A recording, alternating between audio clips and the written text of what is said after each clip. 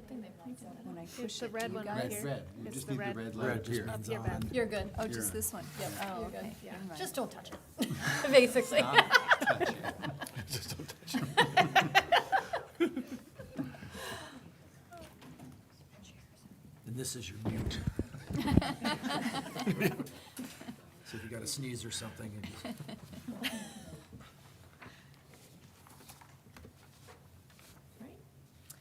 All right, we are going to call this meeting to order. Tonight's business meeting would have a public comment, but we did not get anyone to register. So we'll go ahead and call this meeting to order.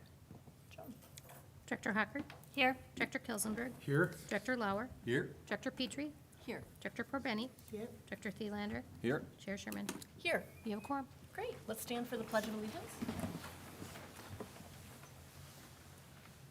I pledge allegiance to the flag of the United States of America and to the republic for which it stands, one nation, under God, indivisible, with liberty and justice for all.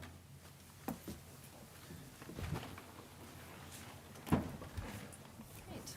I am going to go ahead and make a motion to approve tonight's agenda. Can I get a second? Second. Great, Director Petrie with the second. All those in favor of approving tonight's agenda, raise your hand and say aye. Aye. Motion passes. All right, we'll move on to the board chair report, and superintendent report, I'm sorry, superintendent first. What do you have to say? All right, thank you. Couple things tonight. So we have, really been doing a strong effort at community engagement around the upcoming referendum. And as part of that, we had a meeting in Bayport a few weeks ago, and the city council invited us back yesterday evening and late afternoon, and we had another meeting where they had a few questions for us, and we talked about potentially putting the school at Barker's Alps, and if the school is not at the park of Barker's Alps, they wanted to know where it would be, and we don't have specifics on where that would be. So there were a few questions related to that, and the city of Bayport is going to be putting a frequently asked questions site on their website, so that if people have questions, we'll be able to provide answers there. So we'll be working closely with the city administration on that. So that will be going forward over the next few months. The other thing that the community talked about was a community survey to see what people's thoughts were on having a park or a school at Barker's Alps or both. So that more information on that will be forthcoming as we move forward. The other thing I want to remind the board is, I know you've probably seen it in some of your emails, that there's MSBA as a summer session. It's not nearly as large as the annual meeting in January, but that will be coming up on August 7th and 8th. And so that'll be at the Marriott Northwest, I think, in either Brooklyn Center or Brooklyn Park. So if you're interested in that, let Joan know about that. And that's all I got tonight. Great. Just one follow-up question. Yeah. Did they, from your meeting yesterday, do they have a timeline identified for any part of this process, or is it really just in the surveys and stage?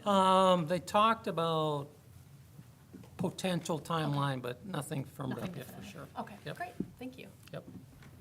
Any other questions? Oh, I have a quick question.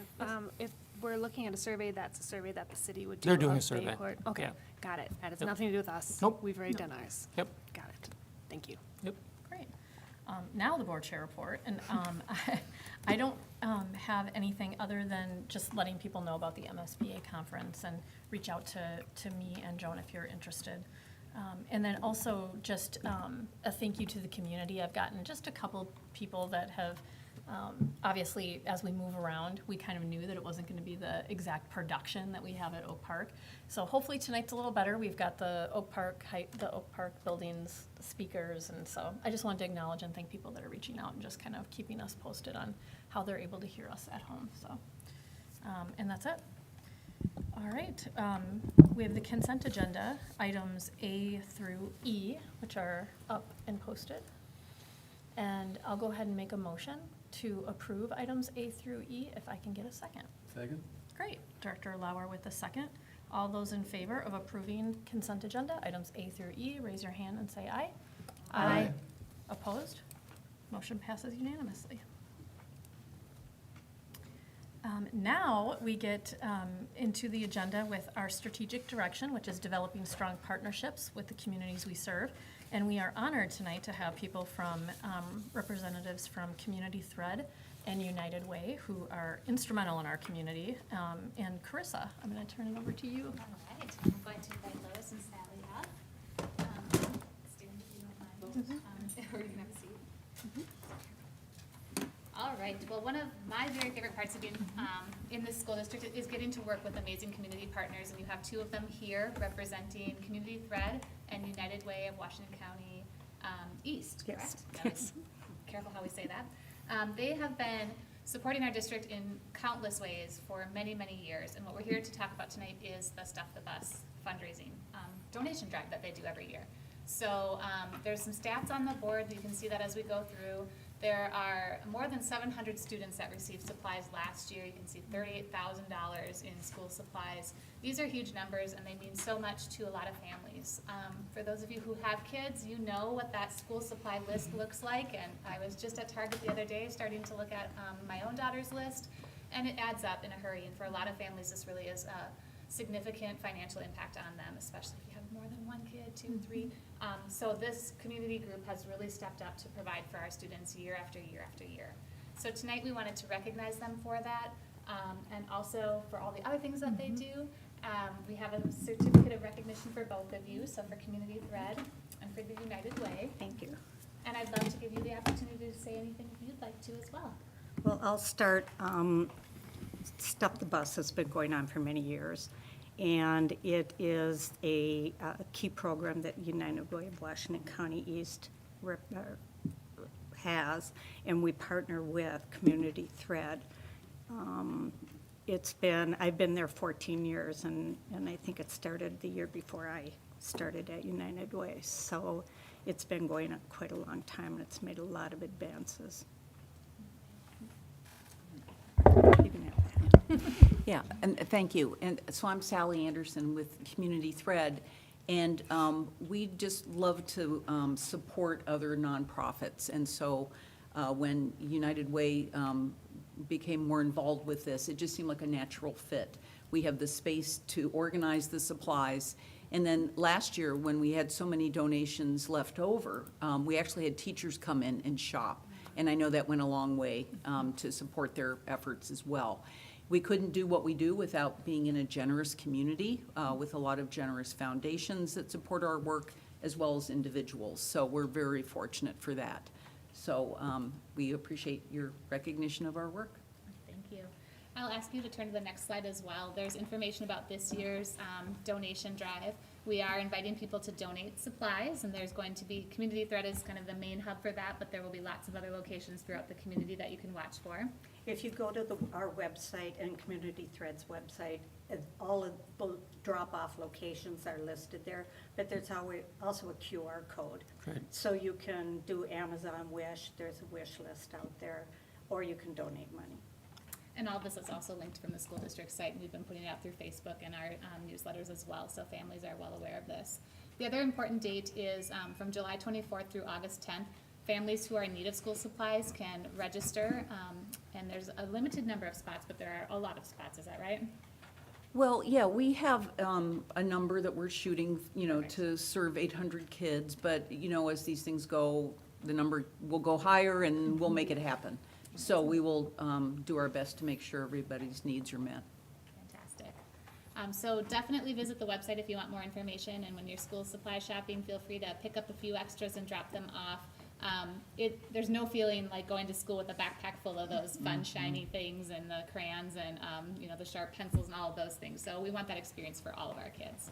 So thank you again to our amazing community for supporting this effort, and to these two ladies and the organizations they represent for all that they do as well. Thank you. Thank you. So much. Before you go, I just kind of want to say, A question. I just need to say this, that, I come from a nonprofit background, and I just want to say, these two women here have a long history of serving this community in various nonprofits and in various ways. And I just want to say this, it doesn't surprise me to see you two at the table here telling us about this, because you have done so much for this surrounding community. So, from the bottom, thank you so much for everything you're Thank doing. you. Really appreciate it. Thank you. We're here to serve the community. Yep. We're both in Rotary as well. Yeah. And we're the ones Okay. Each other up. breaking the leaves come fall. Thank you. Thank you very much.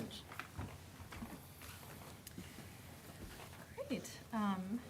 Now we'll move on to, wow, this is a policy-driven meeting today.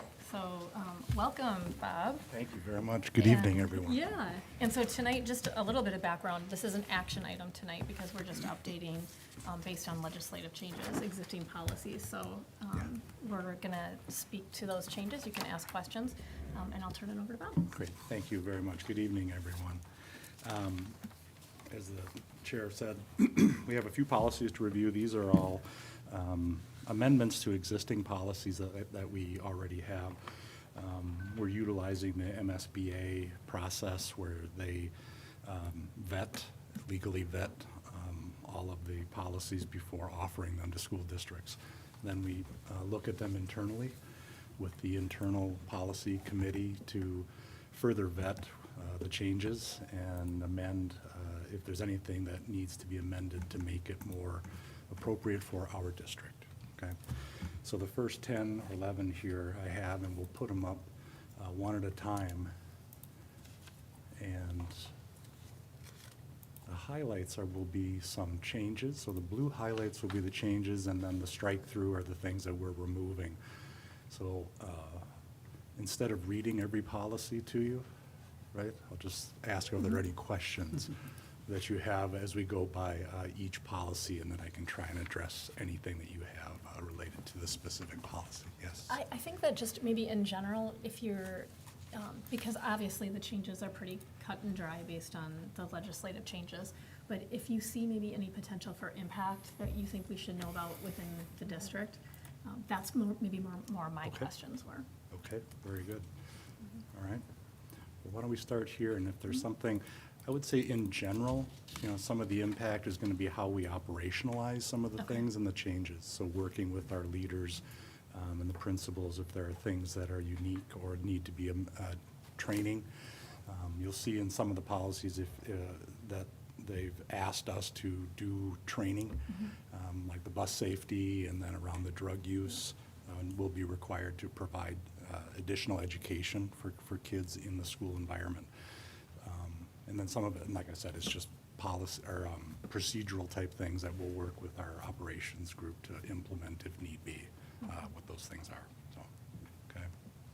So the first one is Equal Educational Opportunity Policy 102. So if there are any questions, very short, just some language and scope really changes here. Nothing that is dramatically different that would impact us in any dramatic way. Great. Okay. So if there are no questions, then we'll go to the next. Yep. Thank you very much. Drug-free workplace. This here we start to see the incorporation and expansion around the cannabis now that the legislation has been passed around this. To make it a recreational drug. You'll see some of the language in here has been incorporated to address that. It also provides language on the evolution around some of the things, further explaining how the drugs are used or the different types of ingestion that might be. So they're expanding some of the things as that world around us expands with the usage of drugs. This is one policy where they're now requiring us to provide education in the schools on marijuana. And I think that was pretty much it for this policy. Yeah, that's about it. Is the education district-wide with students and teachers, It's administrators? student-focused. Right, It would be student-focused, and I believe, I don't remember exactly, but I think it's specific to the age group. I don't know if it's middle school and above. Yes. Yeah, I think that's what it was, middle school and above. So are there any questions on this one that I can try and elaborate on? Yes? One of my kind of recurring questions, and I'm not sure if this one applies, but are there any financial impacts to, in how we implement these new policies? I don't know if there's additional costs that go with this. I don't know if it's, I don't necessarily see any in this particular Well, I policy, mean, there'll be but whatever that looks like. materials for the For the education? curriculum. Okay. Yep. Yeah. Yes. And how about the enforcement? Sometimes that obviously takes up a lot of resources. Is there procedures and processes in place to help address that? I think marijuana is illegal in schools now, and it will be moving forward, so I don't think there'll be much change as far as the enforcement of it. Quick question here on that one. Yeah. So the policy won't change, it will remain the same, right, regardless of the legislative? Correct, as far as the usage, yes, yep. Okay. Any other questions on this one? Thank you. We'll move on. I'll take the next one, tobacco-free environment, 419. Really, the most significant change to this one is the incorporation of the sensitivity to the Native American culture, now allowing individuals to carry a satchel of tobacco that they use for cultural ceremonies, and then also allowing individuals to engage in those types of ceremonies as appropriate, which might be during school, but specifically to carry the tools and things that they need in the satchel. That's the, From an administrative perspective, this is gonna be a challenge, Yeah. because suddenly we go from tobacco is not allowed within schools to tobacco is now allowed if you use it for traditional spiritual or cultural practices and you're an American Indian. So that it's gonna be a bit more of a gray area. It's more of a challenge from an administrative angle. I mean, I totally respect the concept of it, but if you want to know what we Right. think of it from an administrative angle, that's gonna, it is going to be it'll be potential concerns. Before it was pretty black and white, no tobacco on school grounds, that's it. Right. Now we've got exceptions. Okay. And is that, so if someone is carrying it, is there a is that like more of the staff? I mean, is that See, still that's being where the worked gray area through? is, I because mean, they could say, well, this is for a traditional, that's where the administrators have to be able to look into it. Okay. Yeah, I can see the first year being a little bit of a, Mhm. yeah, great. okay, thank you. And the challenge with all of these that we're gonna be popping up is, we're gonna be working with our building leaders to make sure that they're aware of these changes, Yes. so that we're successful moving forward. Okay, next policy, student discipline, policy 506, a little longer policy, some guidelines, language change, the student code of conduct was updated, expanded language, you'll see as the strike through from the existing policy to this, just some expanded definition and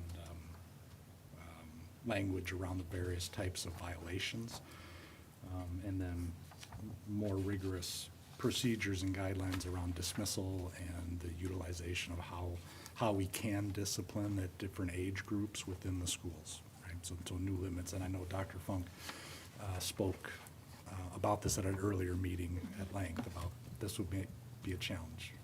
There will be some elements in here that will be challenging for our school staff.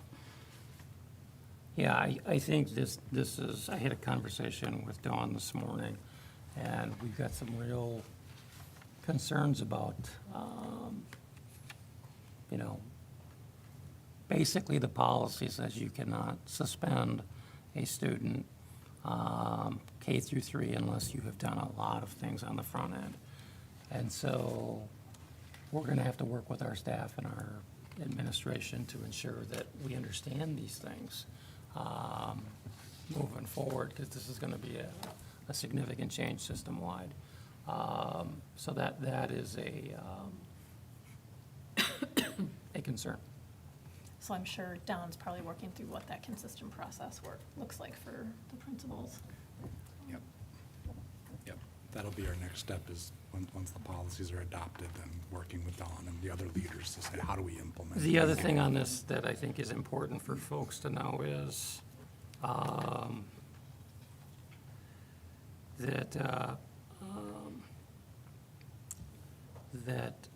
hang on, I took some notes on this. Change in this is, so if a student may be in the process of being violent and they may hurt themselves, we now have the ability to stop them from hurting themselves without getting in trouble. Okay, before it was, all right, we want to stop you from hurting other people, but now if you're going to do self-harm, we have the ability to step in and do that if they're going to be imminent danger to the student. So that is a significant change as well. I had a question. Yeah. I was noticing the code of conduct section has a lot of new wording.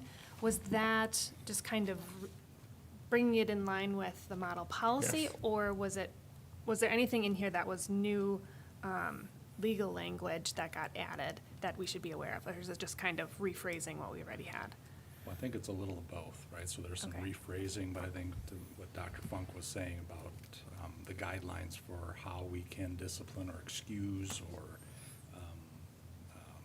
suspend or not suspend, that would be the legal, some legal elements there that have evolved, right, from Okay. the recent legislation. So it's a little of both. Okay, but for the actual student conduct, for the these are the student things, yeah, conduct, the things that they are not supposed to be doing. In that list, was there anything that we should be aware of as that was added? No. No? I think Okay. it's just. It's pretty more much the same. enforcement of Yes. it. And some clearer definition on some of the words that maybe were problematic or unclear. Yeah, it's definitely much better fleshed out here. So, Joan, go ahead and scroll down to one more. Right there. Okay, another change, you can't use recess detention. Yep. That is no longer a viable option for kids. Okay. Okay. Next is 509 here. Enrollment of non-resident students, just providing guidelines about how and when we can accept new kids into our district. The basis for decisions.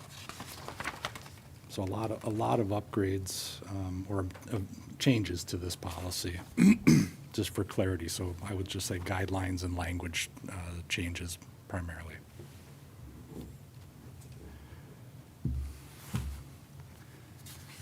Okay, 5, One question on that one. yes, sir. Is it, without reading it, is it easier to get in or harder to get in if you're from outside the district? I don't know if I can answer easier or harder. I mean, it's putting some guidelines in place that said you can't accept over the caps, right, that we have for the number of kids that we, per If we class. establish caps. Right, if we establish caps, right. The other thing is, and I don't know if it's in here or the discipline. I can't remember which one it was in, but if we have an agreement if a student and family chooses to do an agreement in lieu of expulsion, we can't do it for more than a year. So we can no longer say, okay, we are going to expel you, or you can agree to leave the district. If they agree to leave the district, we have to accept them back within a year. That's a change. Okay. What was it before? It was, Permanent? yep.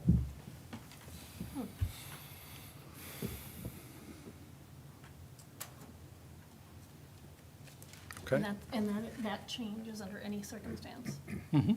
Okay, so that's, yeah.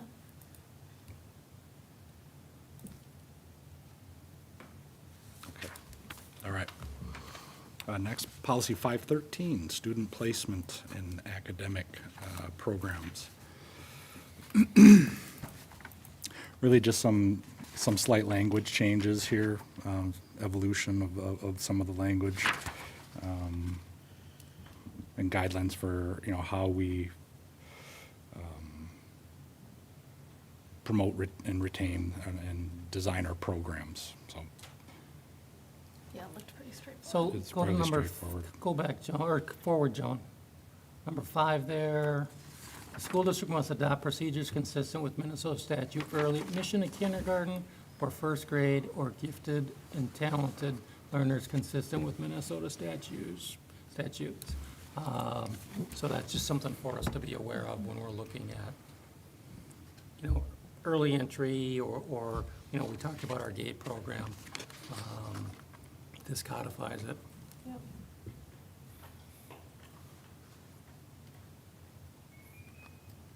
Okay, now let's go to policy 5. Quick question. Oh, yes, yep, Sorry. no, you're okay. Since I did notice that this one was specifically mentioning gifted and talented, I know that our previous policy, we have had a previous policy that mentions gifted and talented. Do these new assessments and procedures change how we do things with that I program? don't think so. Okay. Yep. We still meet everything as we're doing it? Yep. Okay. So essentially, just to, because I want to be clear, when we're making these revisions to be consistent with statute, updated statute, you now, and I think you had mentioned this, Bob, now is when staff starts to work to make sure that all the procedures are in line with everything that we approve here tonight. Correct.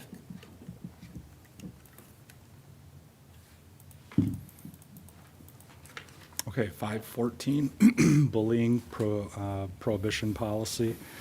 Again, just some expansion on the language, providing definition, encompassing various means. Now you have technology, and then defining some of the acts of bullying. Specifically, we're very purposeful in adding the words malicious and sadistic conduct in a few places throughout the policy that, Hold on, go back up a little bit. All right, here's the concern I have with this policy. Letter C there. This policy applies to not only students who directly engage in active bullying, but also to students who by their indirect behavior condone it. Okay, yep, that's fine. The policy also applies to any student whose conduct at any time, in any place, constitutes bullying or other prohibited conduct that interferes or obstructs with the mission or operations of the school district or the safety of the welfare of the student or other students, or materially and substantially interferes with a student's educational opportunities. This policy also applies to an act of cyberbullying regardless of whether such an act is committed on or off school district property and with or without the use of school district resources. This policy also applies to sexual exploitation. All right, so from a purely administrative angle, now say we have 2 fifth-grade students in this school district, and they go home and they get into an argument and they're bullying each other online. This policy says, though it's didn't happen at school, happened online between 2 of our students, now the school district is responsible for their behavior. That's a problem, as far as I'm concerned, because suddenly we are going to get wrapped into, parents will now contact the school district and say, okay, my son was teased by so-and-so at home last night on social media. And historically, if that happened, we would always be able to say, okay, what's the nexus? What's the connection to the school district? Is this something that happened in art class today that is now continuing at night? What this says is this policy applies to any student whose conduct at any time or in any place constitutes bullying. So suddenly, we are expanding the potential for discipline. And to take this a step further, all right, let's say two kids are going at it online or whatever, and a parent wants the district to discipline student A. So now suddenly we will have to get involved in that. I think that this is a real overreach as a result of the legislation. Well, and based on that wording too, if then student C sees that back and forth and comments and says, ha ha. Right, their indirect behavior. They're looped into it too. Yes. Yep. So this is a very significant change and concern. So is this piece looped into our discipline policy, like in a separate way? Do we have to Yeah, address this? they allude to the bullying policy within our discipline Okay. policy. So there is a plan for action for stuff that is happening outside? No, there's no plan for action yet, but I mean, That's when this is approved and it all Got it. starts. And- But That's this when is we gonna need to need work out major the attention details. and training. Yes. Because it's Yes. a totally different process for what our employees are gonna be asked to do. Right, right. And how do we educate families around this? Like, set expectations? I mean, I don't, I don't know. I mean, that's Right. something we're gonna have to have a discussion on. Okay. But this is one of the more concerning changes coming out of the session. I could imagine at school, if it's happening in school, you take the computer away, you shut off their Wi-Fi, there's lots of things you can do. If they're doing it at home and you hear about it, what can you do? You can't go into the home, you can't stop it. They're not your kids until you get them back at school, right? Right, but now what this is doing, this is It creating is a your construct of, okay, the school's gonna take care of this. And we're talking cyberbullying, but this could be actual street fight too. Anything. Kids Mhm. get into And scrape on their this own. policy applies to any Anytime. student whose conduct at any time or in any place constitutes bullying or other prohibited conduct, So zero tolerance. anywhere. Yeah. And I would gather we're not staffed to handle the. And well, and influx. the tie-in there, they're saying, well, it obstructs the mission or operation of the school district. Right. And so, but what you'll have families saying is, well, my kid's afraid to come to school, Yep. they're not gonna be able to learn, you need to do something about it, school district. Which is, again, bullying's a real problem. And Oh, we want absolutely. to- And we want to create a very safe environment, but I could see where this could be one of those potential, a good intention that will have time, cost, training, not only staff, but students and families, so just The other thing to note in this policy is historically, the bullying prohibition policy has just dealt with students. Now, if you take a look at E, no teacher, administrator, volunteer, contractor, or other employee of the school district shall permit, condone, or tolerate bullying. So now suddenly, we're talking about adults. yes. So again, and part of that, we'll have to be educating our staff on, okay, guess what, this Absolutely. means you as well. And does that mean bullying with students, or does that mean bullying between staff members? School board members. Why'd you look at me? I don't want to face the camera when I say it. So anyhow, this is a significant change. Because it really, you used to have to draw a direct correlation to school. This really says anytime, anywhere, and yep, okay, it's related to school because, it may impact. Bev? So, yeah, as you look at this, it just seems extremely wide-ranging, and even if you look at the definitions, it's so broad. I mean, it could be, the way this is written, it seems like it could just be a text from one student to another that could constitute something like this. So I guess my question is, are you gonna be getting some guidance from, have you and other superintendents been talking about how to handle this? Because everybody's gonna have the same problem. What I'm planning on doing is inviting our law firm to come and work with our administration before school starts, to give their take on policy such as this, so that can help us moving forward. Well, and to help our students also understand that the expectations are different too. Right, I that's mean, and done- that you're, yeah. So, the procedure in terms of how this will be applied, you will work on that after the approval here, because Correct. we definitely need that for what I'm Yes. saying.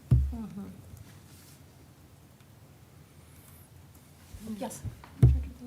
So again, I think the intentions are good, but it's a very slippery slope. What type of exposure does the district have from potential lawsuits if something doesn't get handled in an appropriate way based on what the Well- parents expect, or, you know, it's just, it's gonna be a challenge, that's it. We will have more exposure now than we have had previously, I can tell you that much.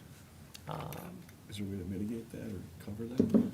Well, I think the covering it is training and educating staff and trying to ensure that we are doing what we can. But it's providing opportunities to say, you know, and I get it, parents want their kids safe and they want them protected. 100% support that. But we have limited staff and administration, and I think that we may be seeing significantly more, we want you to address this, we want you to address that, than we have historically.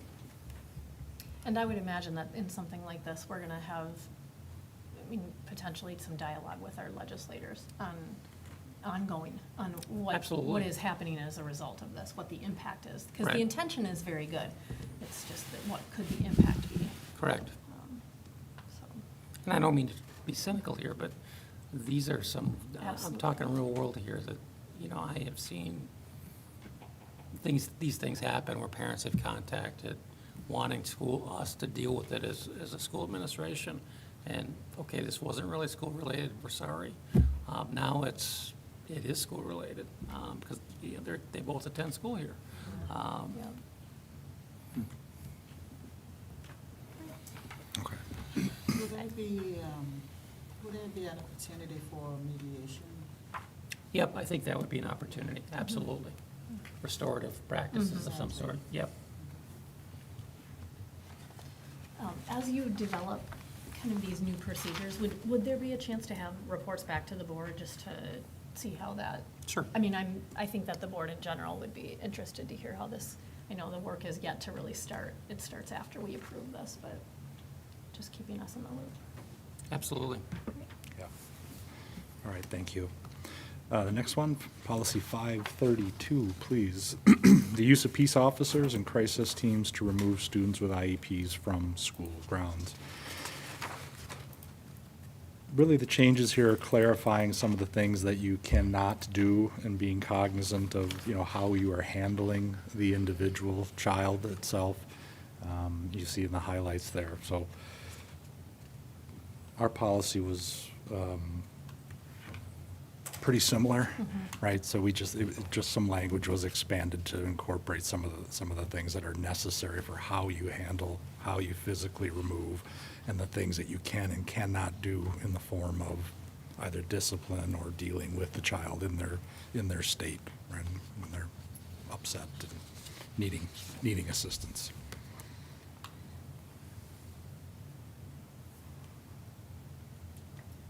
Any questions on this one?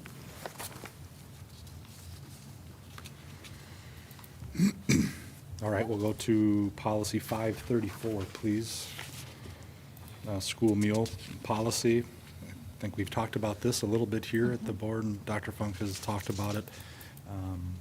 Basically, it's just the expansion of what the schools are required to offer or provide to. Universal meals. Universal meals, right.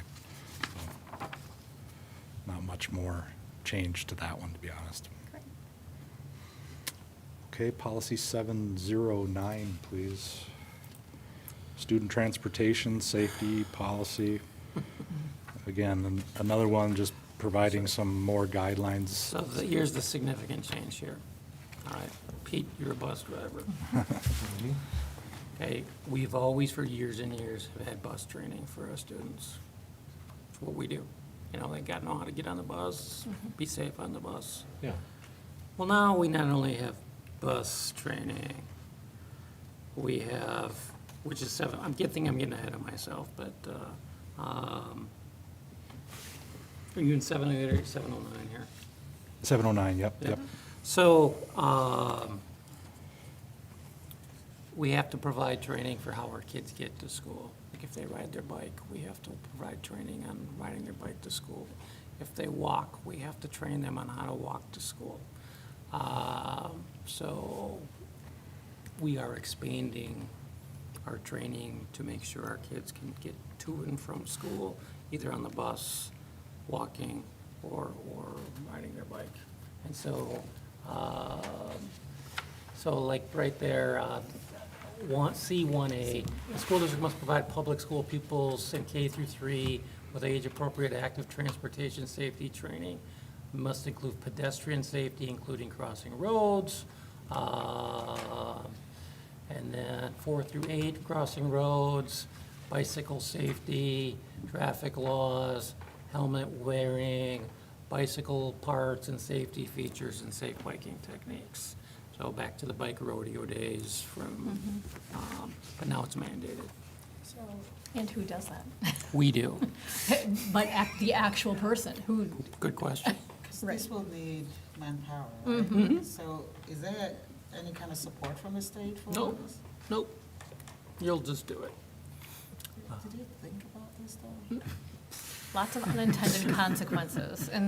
And this is where my concern is when people think that school districts received a lot of financial support. What they're not seeing is the potential for a ton of implications on some of these new mandates. Well, I mean, and even, look at this, okay, students who are enrolled during the first or second week of school and have not had previously received active transportation safety training must receive the safety training by the end of the third week of school. All right, so then we're gonna have to go over the rules, okay, who's new to the school district? Okay, what's the plan to take these kids out of class and get them trained? So they just moved a lot of things from parents to Mhm. members of the school. Yep. I mean, if it's like the bus training, a few weeks after the school year starts, the kids go through a couple of procedures, how do Yep. you get out of the back of the bus? Yep. And we're talking half an hour, 45 minutes. I can imagine that being the same thing for biking. I mean, could it even be in the classroom, hey, you're biking to school, wear your helmet? Well, we've talked about, do we create videos that we blast out, that, okay, everyone's gonna have to, here's the training. But, okay, well, we have a couple months to get this done, is what you're saying, okay. Exactly. Is there a way we can also include parents? It would be important for them to know, I mean, if the young ones are. Yeah, I mean, I It would be a think great opportunity Well- for parents to participate. to be, so we don't know, we haven't figured out how we're doing this Right. yet, but, Yes. so anyhow, that's a significant change. That- But we definitely will get updates on terms of, because some of these are gonna have implications that will probably, this platform is a good vehicle to get the message out to our families. Director Thielander? Yeah, so obviously it's gonna stretch a lot of the capacities of existing staff and teachers who are having, and administration is having to oversee this. There's a way that we can leverage any type of external resources like, internal PTA, Rotary, community Sure, but then thread, we, yeah, absolutely, but then we gotta coordinate. Right. Okay, when they're coming in, how, Just one blank, it's. And they're long. not employees, I don't know what they're not that means. employees, That's what right? their background So, checks. but, I mean, well, if they're volunteers, then we, yeah, I mean, there's. Lots to figure out. So, that's a new, challenging one. Anything else on that one that? Okay, and then the last one for this evening, 806, crisis management policy. Basically requiring school districts to have plans in place and practicing and working to be ready for the unfortunate situation, should it ever, God forbid, happen in one of our schools. I'll add here that Annette has done a really nice job of organizing and getting our admin team up to speed and practicing, and has plans already for a large-scale, as you know, a large-scale practice, real-life simulation at the ice arena. So I feel like we're really on top of this one. Couple thoughts on this that are concerning. Scroll down. 15 pages here, by the way. Keep on going.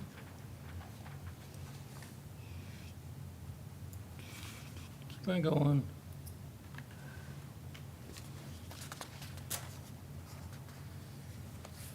You looking for the school board part, Mike? Yeah. H here. What is it, 8? H. H. That's what you're looking for. I'm sorry, not, it's, got H on the school board. So basically, if we're going to do any sort of active shooter training, we have to notify parents ahead of time. Students can opt out of it. And then we are required to report to the board after we did it. So there's a significant emphasis on student mental health and wellness here. So that's a significant change Yeah. to how we're operating with these drills. So, again, students can opt out if they so choose. And we are required to provide updates to the board on when we do it. So there it is, a regular scheduled board meeting. We should talk about the shooter drills and the impact on the students' mental health and wellness. So that's, And I understand the impact on the mental health, because no one wants to go there, right? But I do get concerned when you're missing the training. Because if the unthinkable happens, then you're not prepared and armed with the information you need to act. correct. So, just to be careful that even though you can opt out. You won't be sometimes able to in a real event. Exactly. You won't be able to in a real event. So anyhow, that is the significant change to that one. And then that's all we have for this evening. right. Thank you very much. When I was kind of reading through these, I thought, we need to get these approved quickly, because as much as we're looking at here, it's really on the shoulders of our staff to. And we've got about 20 more coming at you over the next few Yeah. days. So, Well, we can get you going on this. This seems like it's a lot to be working with. that's why I'm trying to chunk it Right. at this point. Great. So questions or thoughts on any of that before we ask you to approve them? I guess Annie had mentioned it, just a couple policies here really seem to be blurring the lines between home and school, and where parenting begins and ends, and where school begins and ends. And I struggle with this, because I'm sure we're gonna have parents on both ends of the spectrum of, please take my kid, teach him how to ride a bike or whatever, not how to ride a bike, but, Yep. get to school. Basically. Keep the Safely, school right? safe, How to put get your to school. helmet on Right. properly. Right, exactly. And then other end of the spectrum of parents being like, I don't want you to teach my kids that, like, at all. Can I opt them out? Like, how do I get them out of that training? So it's gonna be weedy and trying to figure out this new really big gray area, and that is outside, or maybe it's during the school day, which is then taking away from academic time, and the resources that we have available aren't gonna cover all these extra add-ons. So I'm struggling with, of course I will support these because they're the law, it's what we have to do at this point, but I really empathize with you guys trying to figure out how to navigate this, and I hope that we can educate our families as best as possible on the new expectations and the new areas that the schools are responsible for. Me too. Yeah, because I just think if we're teaching kids now to wear their bikes, the helmets when they ride their bike to school, well, what if they don't? I guess we're covered if we provided the training, but. We have to just follow the Letter of letter, the law. which says we must train them, whether they choose to wear their helmets. It's training versus compliance monitoring Okay. for that For specific. that side of it. At least. Yeah. The helmet piece is still the law regardless. And that's not going to be the liability Right. of the district. But the training piece is important. So you've been voluntold, right? Right. It's up to you what you do with that information. Yeah. It is a blurring of the lines, though, that I can see where people on both sides will be will be probably not happy, but talk to your legislators. Right. I mean, we're just doing what we now are obligated to do Right. after the legislative session, so. I would just ask, Bev, do you have any comments? I mean, you went into these in more detail with us at the meeting. Any thoughts or comments from you on it? Actually, it's more of the same of what you have just heard from the other board members. It's a little overwhelming to Yes. think about everything that you and your staff are gonna have to do in the next, 6 weeks before school starts. And some of this is just really thorny kinds of issues that are gonna have to be wrestled with. And as Dr. Funk mentioned, there's more to come. You know, we have a very long list of policies that had to change as a result of the legislative session. And you and your staff triaged to make sure that we brought forth at this meeting the ones that were necessary for you to get going on right away. But there's more to come. Yeah. You know, it was a monumental legislative session in a lot of ways, and it's going to have consequences for our school district as well. Yes. But also, we're not the only district going through this. I mean, Everyone. there's hundreds of other Yeah. districts. Everybody is. Everybody. It's a statewide. And if anybody goes to the session on August 7th and 8th, I bet that will be the talk of the town on those 2 days. So, maybe I'll go. Great. Thank you. Yes, well, I'll go ahead and I'm gonna make a motion to approve these so staff can get working. And I would ask for a second. Second. Great. Dr. Porbeni, seconds. All those in favor of approving policies and, let's see, 102, 418, 419, 506, 509, 513, 514, 532, 534, 709, and 806. Raise your hand and say aye. Aye. Motion passes unanimously. Thank you very much.